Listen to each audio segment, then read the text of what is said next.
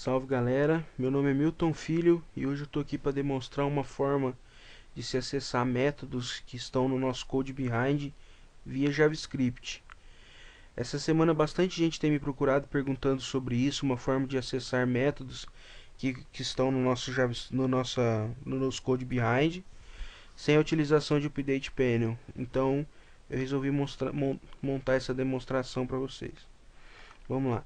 Primeiro aqui no nosso Code Behind, vamos criar uma classe nova, uma classe cliente, tá pessoal? Bem tranquilo aqui, com duas propriedades. Temos agora a nossa classe cliente, que ela tem duas propriedades, no caso ID e nome. Dentro do Code Behind da página, vamos criar um método, no caso aqui ele chama getDados. Detalhes que precisamos prestar atenção. O método tem que ter este atributo de webMethod. Esse atributo ele fica sobre o namespace system_web.service. Ele tem que ser static e no caso aqui ele está retornando uma string, pode ser void também. Aqui no caso, o que eu estou fazendo? Aqui estou fazendo uma simulação de dados. Eu estou criando uma lista, né, do nosso objeto cliente e criando 10 objetos aqui num loop para se fazer uma carga de dados. Para facilitar a vida, a gente tem uma classe no Codeplex, uma DLL, que faz a conversão de object para JSON. JSON, no caso, é JavaScript Object Notation, que é uma forma de se trabalhar orientação objeto dentro do JavaScript. Então essa classe, no caso, ela recebe esse método serializeObject, ela recebe um object e retorna uma string no formato de JSON, certo? Beleza, aqui no nosso Code Behind já está tudo ok. Agora vamos aqui para nossa página. A primeira coisa a se fazer é colocar o Script Manager, que é responsável por gerenciar toda a parte de Ajax da nossa aplicação, certo? Vamos colocar um Script Manager e esse Script Manager ele tem uma propriedade chamada Enable Page Methods, que é o que justamente vai liberar o acesso a esses métodos, Web Methods, dentro do nosso Code Behind. Então vou colocar ele True aqui. Por padrão ele vem false. Agora tá tranquilo. Vamos criar um link aqui. On click. Quando for clicado, vamos chamar uma função carrega dados. Essa função ela é uma função JavaScript, já vai ser criada. Carrega. Aqui embaixo, para ficar bem claro, vamos criar uma tabela chamada grid. E para ficar bem claro, vamos colocar border 1 de 1 e o width de 100%. Beleza. Por enquanto deixa ela vazia mesmo, que a gente vai popular ela via JavaScript. Aqui dentro da nossa tag de header, vamos criar um script type text JavaScript e vamos criar o nosso método carrega dados. Beleza? Ok, método criado.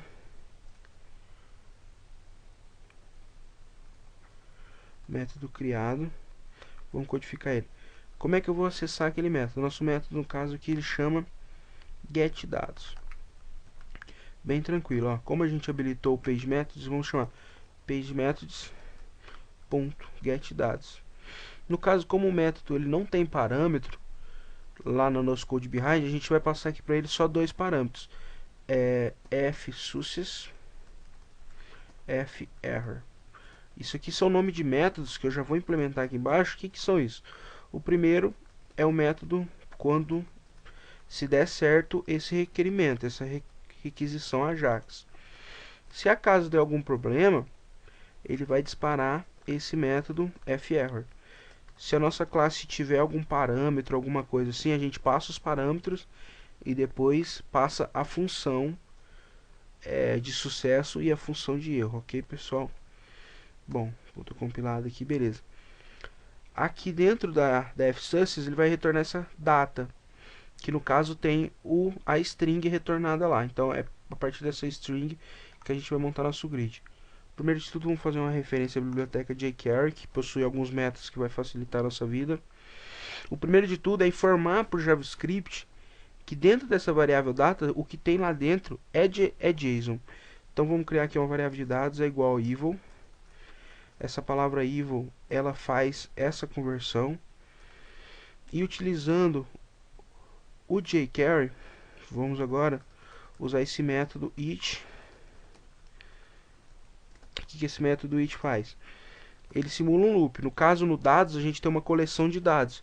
Então, o it ele vai fazer ele vai reconhecer que é uma carga de dados, uma coleção de dados JSON, no formato JSON, e vai rodar essa função quantas vezes for necessário. Então, vamos fazer o seguinte. Antes, aqui, vamos achar o nosso objeto de grid e vamos dar um HTML. Vamos inserir dentro dele uma estrutura básica. Então vamos lá. Vamos colocar TH para ficar negrito. Isso aqui vai ser inserido dentro da nosso grid, que no caso é uma tabela.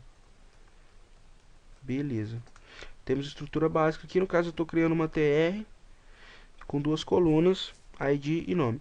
Aqui dentro do loop, o que eu vou fazer? Eu vou usar o JavaScript de novo para localizar o objeto grid, no caso é aqui, é cifrão, tá? E vou anexar um HTML. O que vai ter nesse HTML? Primeiro vamos criar uma linha. E agora vamos criar o próprio HTML. This.id. O que mais? Fecha o nosso TD. Abre o novo TD. This.name. Perceba que eu estou acessando ele, o IntelliSense aqui não vai funcionar. Mas eu estou acessando como se fosse programação, orientação objeto mesmo, entendeu? O this.id e o this.nome, que são as propriedades da nossa classe cliente, que foi serializada pela classe JSON Converter, ok? Bom, beleza. Aqui vamos só colocar um alert, data, se acaso der algum problema, vamos rodar nossa aplicação e vai ver como é que está funcionando.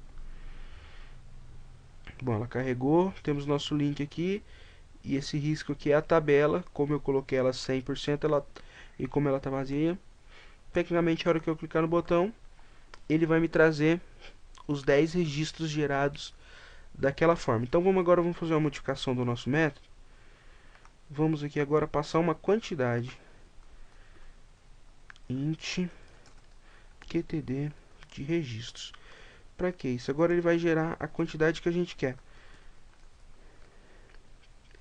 Como eu tinha comentado antes, aqui no getDados, agora como ele tem um parâmetro, eu vou passar antes dos métodos. Então, no caso, eu vou passar 100 e as funções de sucesso e a função de erro. Então, o próprio Script Manager vai gerenciar isso, vai chamar a função getDados e para o nosso parâmetro quantidade de registros, ele vai passar o número 100, que a partir disso vai fazer um loop e gerar 100 registros. Vamos ver se funcionou. Carregou nossa aplicação.